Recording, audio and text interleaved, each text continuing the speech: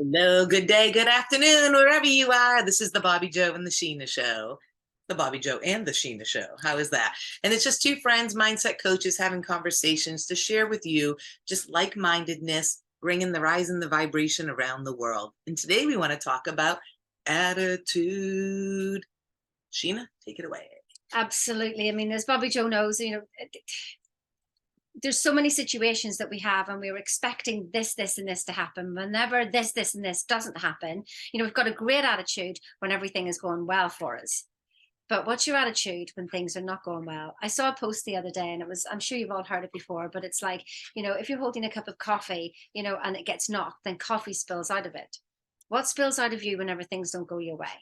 I've actually got an affirmation that goes that when I'm squeezed, I laugh. So I'm doing my best to remember that. It's just like, so when life squeezes you, what happens? Does anger come out? Does blame come out? Does frustration come out? What comes out whenever you're squeezed? Because that's your attitude to yourself. And that's the one thing that, if you're feeling, you want to pick on somebody, you want to say something, can I ask you to go and look in a mirror?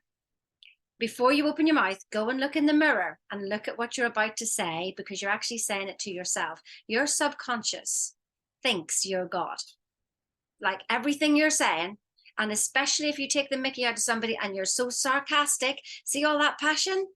Oh my goodness, your subconscious is going, oh, righty, we want more of that then. So it doesn't matter if you're talking about somebody on the other side of the world. It doesn't matter if you're talking about somebody next door. Your subconscious hears it and will recreate it for you, either in that person or give you the experience of that.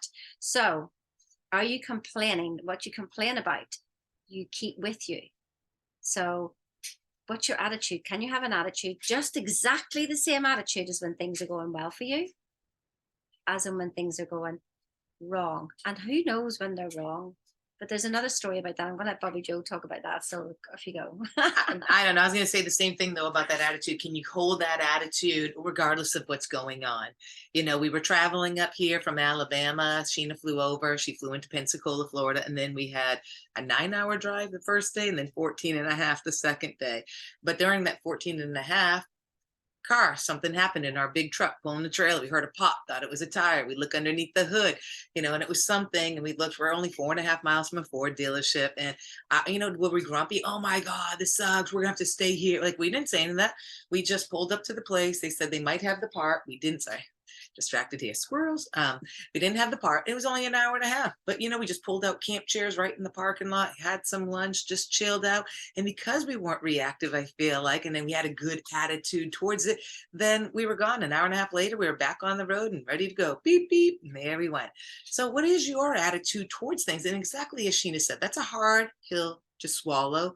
I know I can just think of some people I know in my life that are fringe friends, kind of, that maybe I don't do that. Oh yeah. Or they pull out in front of you in traffic. Those are the small things. So things that you're annoyed about, it's because it's your attitude towards that. Are you being a grumpy bleh to somebody because they do something? Maybe you start needing to look at your actions. And then how is it, let's talk about how we coach that too. It's your attitude is a composite of your feelings, your thoughts, and then your behavior, your actions. Take it away. And I was just laughing about that story about the truck. I mean, there was one guy there who was complaining, and but he didn't get his truck fixed that day. And we did. I mean, I just thought it was a great time to walk around instead of sitting around and, the car, and Bobbi Jo, the greatest hostess, sandwiches and everything, sitting there. It was just like, well, could be absolutely anywhere, because you're actually with yourself. So it doesn't matter what the surroundings are. You're actually with yourself. And it gives me a story of actually Viktor Frankl. If you've never read that book, Man's Search for Meaning. Now, he had an attitude. They said they could take everything from him, but they couldn't take his mind, and they couldn't take his attitude. And he kept that attitude going the whole time. So 10 years, can you imagine 10 years in a concentration camp? Well, don't actually, but imagine him getting out. And he got out, everything was taken from him, and he still family, kept everything. Yeah. Family, kids, wife, like saw them all dying. And he just said, can't take my mind, my peace of mind. He would just go in and use that imagination that we talk so much about, and created a wonderful world. But yeah, can you imagine? So that's the control of the will of what you're focusing on.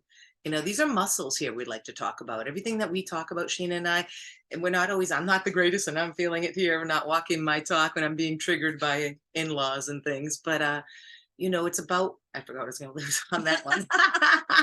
I told my mother-in-law recently, I'm like, oh, I have a show. If I said anything about you, I'm like, nope, you can watch it. But oh, I know it's about the consistency of having the awareness and working on ourselves and not beating ourselves up, and the reflection of others in ourselves. And just, it's a marathon. You can't just do this. It's just a little bit every day, and every day just get a little bit better. No beating yourself up at all. It's just having this awareness of these certain words and these tools about how we operate. So we're just not these little robots. That's all this is a program. It's a computer. You're doing the same thing every day because it's like, and so what we offer is that you just start having a little bit more awareness, like, oh, that's a different way of looking at it.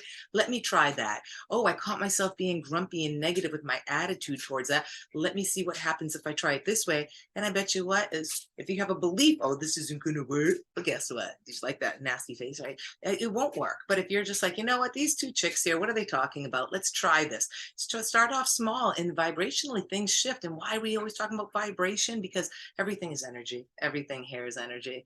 And that's what you're doing. You're rising your vibration, and things like that will track to you. Mm. And as you said about, about attacking yourself, your attitude is actually, it doesn't really affect, well, it does energetically affect other people, but the person that's actually affecting you more is yourself. Mhm. So a bad attitude is actually you attacking yourself. That's what I have noticed about myself. And so what I'm doing is pre-setting the scenes, and just like, so if I've been afraid to open an email, afraid to see the results of a business, deal, afraid to see, what's in an envelope, and what I'm saying to myself is, thank you for this gift. And so I've chosen that to be my attitude, a grateful attitude, the gratitude, and for everything. So say I really noticed that if you set your goal over here, is that then you've asked for, this is nothing to do with you. You just have to agree with the vision at the end. It's been given to you, it's complete. And this bit here actually has nothing to do with you. And what I was trying to do was control every single piece here. And when I do that, when things, fall apart, is that you end up like complaining or resisting. And so you end up holding. And I said to Bobbi Jo, just about a half an hour ago, I said, I heard this voice in my head that goes, stop resisting me. Mm.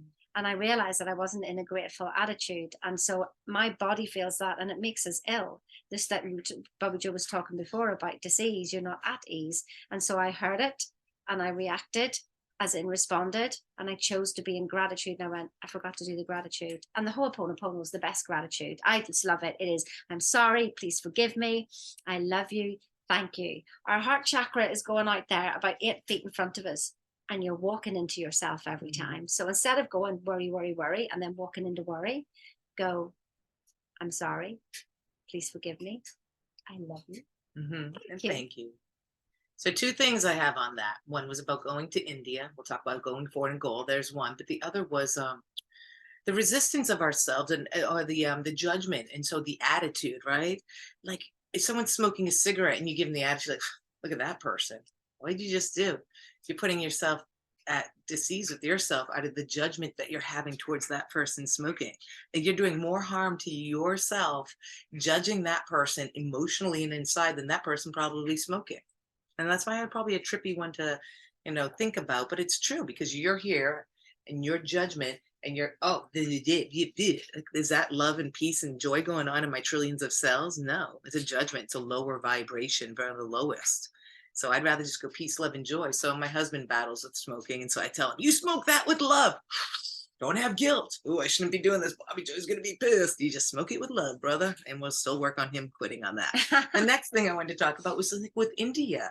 I wanted to go to India. And my friends have always said this, like, girl, you just say I'm going to New Zealand, like you're gone a month later. Because I've always just set an intention. Maybe I should learn to dream bigger. But I've always said, oh, I'm going to go to India to study it, because it was just as cheap to go here in the United States and eat American food and listen to driving in America and then listening to American stories. So I went to India, and do you know what happened? I was setting the intention that I wanted to go. Fred and I were living up in New England at the time. This is about 14 years ago. And we got a wood fire insert into our place. So we had to drive about an hour to get this and order it. And lady, we were talking about yoga and this and that in India and how I wanted to go there. She goes, oh, don't you love Facebook? She goes, I found my yoga teacher. He left for a few years to go to India. I didn't know how to find him, and I found him on Facebook.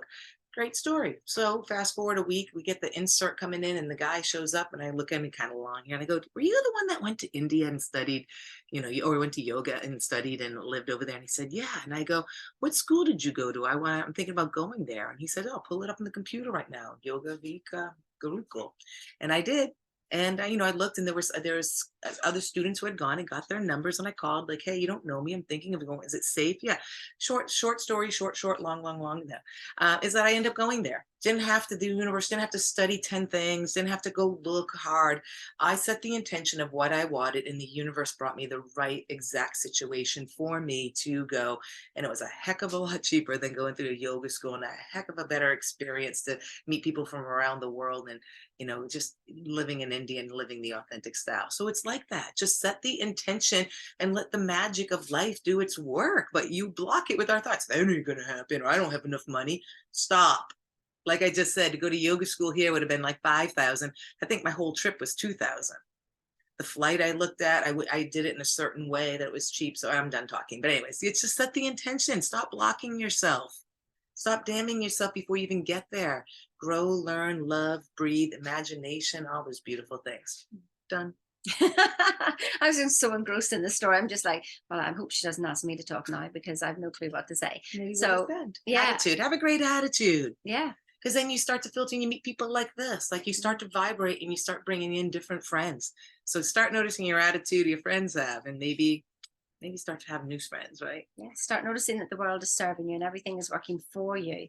And if you have that attitude, and it takes practice, I'm not saying you do your affirmations one day or whatever, and then, it doesn't work for me. No, no, no. You've been thinking this way for 30 years. So it's just a continual practice, practice, practice, just as if sheep were walking on the mountain and they've created a path. Now they're creating a new path, and it takes a little while for that to actually go through. So think of the path of neurons in your mind. You're just setting up a new path. And if you don't keep at it, then literally it'll just bounce back. It'll go. It takes about 3 days for one neuron to connect with another new one, because it's just like, hello, hello. Just do this. Hello, hello. And we're getting there. And then you just choke. Well, that's never going to work. And they go, okay. Yeah. So you got to do it. So over 3 days, and then they've actually touched each other, and you just go, oh, like that. Don't stop there, because if you do, then they're just going to break apart again. And those other neurons are like wrapped up so tight. And that's what you want to do with the one thought over and over and over. Eventually comes along, and then they really merge. And then within 29 days, they start to have this sheath that goes around them that keeps them there. So there's 29 days of saying the same thing and not contradicting it, because as soon as you go to the other one, you see, you cannot serve two masters. So serve the new thought or the old thought. Which one are you going to serve today? Commit to it and believe it. It's like running a marathon. You just can't run 1 mile and then be done. It's like you build on this, you get better, and then you have to keep doing it a little bit. But it's about the awareness of your thoughts and doing the repetition. And then, like she said, you can't serve two masters. So what is the thought you want? And own it, love it, feel it, see it. That's all I have for you. Have a great day. Have a good day now. Bye bye.